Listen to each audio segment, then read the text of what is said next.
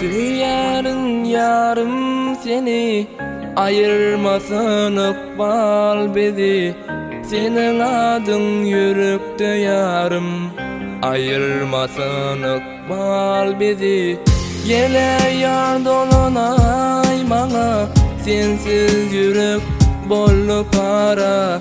Sensiz yaşa bilem oğa, anana yar dolunay bana. Seni yine de gel yer göresim, senin gözlün yadımda gülün. Sana bağışlap yazdım aydımım, dinle menin feyin yarım.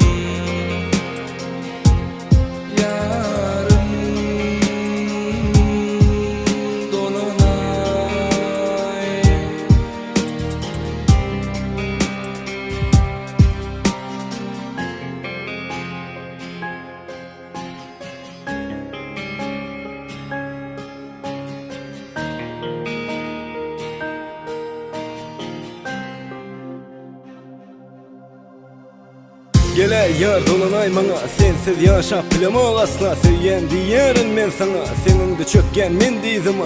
Sen gülkeşin anımda çıkarıp bilemo hiç yadımdan. Sensiz bana kıyın bol ya gülüm, gel sen dolunay izine. Şol kara gözlerini görmesem yaşap bilemok men asla hicem. Yüreğime baş ediyen sana gülüm, ayrı olmasın yüreklerimizden. Sevsin dünyada barım yeka tegim bir, sen men kalbim kuysev, senden son kıykaçtım. Dolunay sen izine yarım.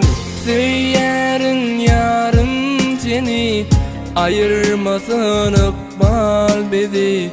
Senin adın yürekte yarım, ayırmasın ıkbal bizi. Seni yine de gel yer göresim, senin gözlün yadımda gülüm. Dinle menin seyin yarım, gele yar dolunay bana.